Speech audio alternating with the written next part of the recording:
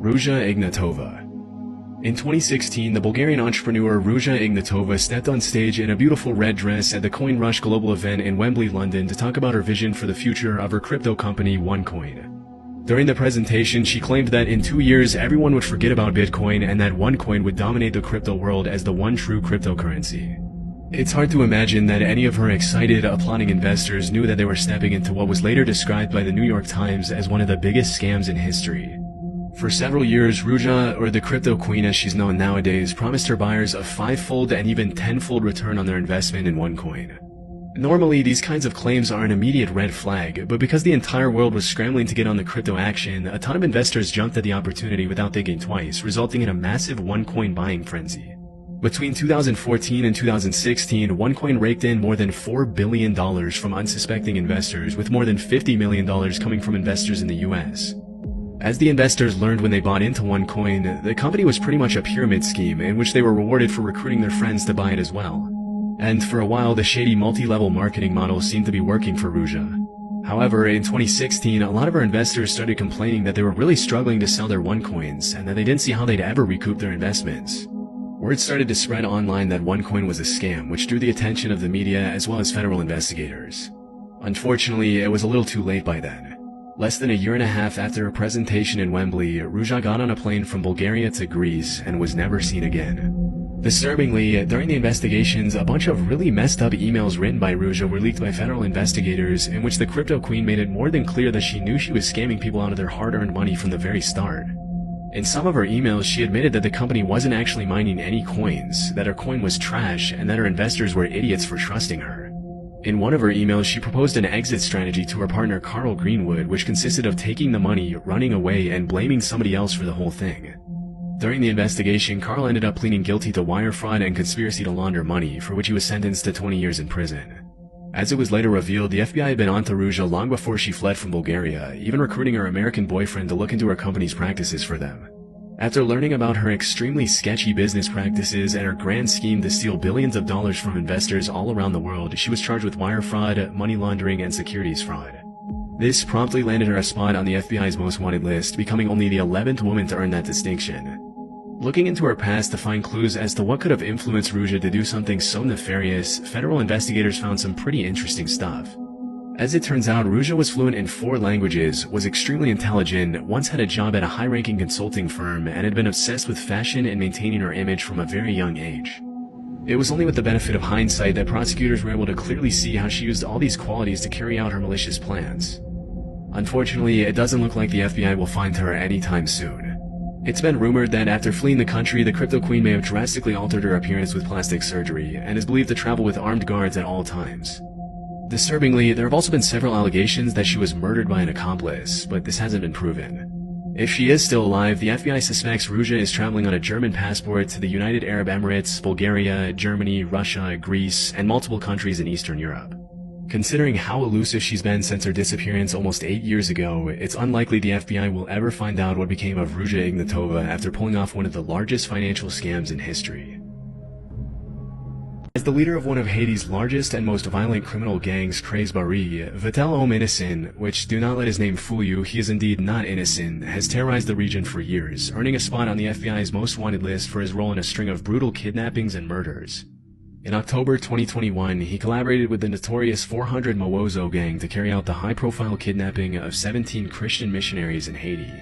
Disturbingly, 5 of the kidnapping victims were children, one as young as 8 months old. Held at gunpoint, the hostages were reportedly kept captive for 2 months while the gangs demanded a ransom of $1 million per hostage. It was only after an anonymous donor paid an undisclosed sum to Craze Barry and 400 Mawozo that the missionaries were finally released. Based on court documents, Innocent and his crew ended up spending the ransom money on weapons. That same year, the Haitian president was assassinated, which caused Innocent's influence to grow exponentially in the chaos that engulfed the country. In the aftermath of the assassination, Craze Barry claimed new territories and expanded their ranks quicker than the cops could even keep track of. In 2023, Craze Barry boasted an estimated 600 members, many of whom were young children who were involuntarily recruited to serve Innocent's criminal organization. Almost exactly 1 year after the kidnapping of the Christian missionaries, Craze Barry kidnapped 2 U.S. citizens under Innocent's orders, Marie Odette Franklin and Jean Franklin.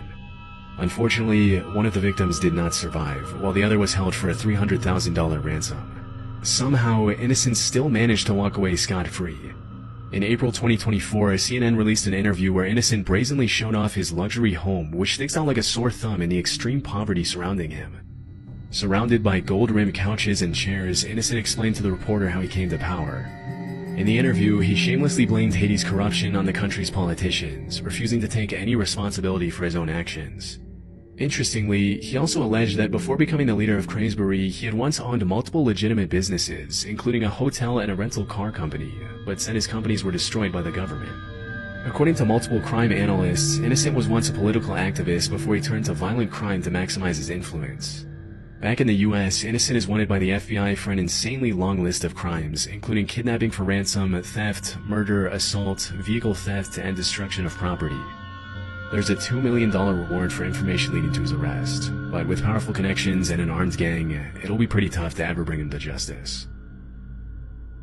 Omar Alexander Cardenas. In 2022, the FBI released 2 eerie before and after clips of a man walking into and then running away from a shopping mall area on August 15, 2019. The man seen in the video is 29-year-old Omar Alexander Cardenas, and let's just say that he didn't exactly go shopping in the time that elapsed between those 2 clips. After disappearing from the camera's view, Omar walked up to a man standing outside the Hair Icon barber shop at an outdoor shopping center and fired several rounds from his semi-automatic handgun at his head, killing him instantly. Immediately after committing the crime, Omar fled the scene a little after 4 p.m. as he can be seen in the eerie FBI footage. A suspected member of the Pierce Street Gang in Los Angeles, and often going by the nickname Dollar, Omar is suspected to have fled to Mexico to seek refuge among his relatives. In September 2021, a federal arrest warrant was issued for the suspect after he was charged with murder and unlawful flight to avoid prosecution, thanks to which he was pinned on the most wanted billboard. Even though he committed a brutal crime pretty much in broad daylight and didn't exactly shy away from the cameras after doing it, the cops seem to know surprisingly little about Omar. The only things they really know about him are that he's around 300 pounds, wears thick prescription glasses, has at least 1 tattoo, and is considered armed and dangerous. Which alone is hardly enough to track down a criminal who's crossed international borders to flee prosecution. With time, hopefully more information will surface leading to his potential extradition and arrest, but for now, it looks like Omar will remain a most wanted criminal. Yulan Adonai Archaga Carayas. Back in the 80s, a gang known as the Mara Salvatrucha was set up to protect Salvadorian immigrants from other gangs in the Los Angeles area. Fast forward a couple of decades, and the Mara, or the MS-13 for short, had become one of the most brutal and violent criminal organizations in the world. Nowadays, MS-13 has a strong presence in El Salvador, Guatemala, Honduras, Mexico, the US, Canada, and even Spain. They engage in all kinds of criminal activity, from drug trafficking, human trafficking, extortion, murder, and racketeering, often using extreme violence to maintain their influence and control. For many years, a man named Yulan Adonai Archaga Carayas operated as the head of MS-13's criminal activities in Honduras, providing support and resources to the gang in Central America and the US with firearms, narcotics, and loads of cash. Often operating under his alias Porky, Yulan is wanted by the FBI for trafficking multi-ton loads of drugs through Honduras to the US and for the killing of several rival gang members. Among Porky's colorful criminal charges, you'll find everything from murder to racketeering conspiracy to drug importation to possession of machine guns. Even though he's only around 160 pounds, Yulan is considered one of the most powerful men in Honduras, as the MS-13 gang has had the country in a chokehold for years. The most shocking part of the story is that at one point, Porky had already been apprehended by the Honduran authorities and was even taken to a courthouse for a hearing on charges of murdering 2 Honduran prosecutors. But during the hearing, 20 armed men dressed up in the same clothes as the anti-gang police units walked into the building escorting a veiled suspect and suddenly opened fire on the guards. In just a few seconds, the men subdued the guards and safely escorted Porky out of the courthouse, killing 4 police officers in the process. For obvious reasons, Porky is considered armed and extremely dangerous. Due to the sheer nature of his crimes, the FBI is offering $5 million to anyone who can provide information leading to his arrest. One of the things that makes it extremely difficult to track a suspect like Porky down is that he's taken every possible measure to fly under the radar. Although he's believed to still be in Honduras, he and his security team use untraceable numbers from Israel and Poland, and he goes to extreme lengths to keep his whereabouts a secret when he contacts his family. Although the hunt for Porky is far from over, he's likely to remain one of the most elusive and dangerous fugitives on the FBI's most wanted list for years to come. Alejandro Rosales Castillo. The youngest suspect on the most wanted list, 26-year-old Alejandro Rosales Castillo, has been on the FBI's radar for more than 8 years. In 2016, he shot his female coworker Sandy Lee in a wooded area in Cabarrus County, North Carolina. A few days later, the female victim's car was located at a bus station in Phoenix, Arizona. As the authorities later found out, there were multiple people involved in the case, with the main ones being the victim, a woman named Amia Feaster, and Alejandro himself, all of whom worked together at a restaurant in Charlotte. During the investigation, the cops learned that Sandy Lee and Alejandro had briefly dated, and after their breakup, Castillo started dating his other coworker, Amia Feaster. According to court documents, Sandy Lee had apparently lent some money to Alejandro, and on August 9th of that year, he texted her to meet up with him at a Quick Trip located on Eastway Drive in Charlotte, claiming that he was going to pay her back. Disturbingly, that's when Castillo decided to rob her at gunpoint, take her life, and flee to Mexico. In an eerie clip of CCTV footage that was later released by the authorities, the suspect can be seen crossing the Mexican border through Nogales, Arizona, along with his girlfriend Amia.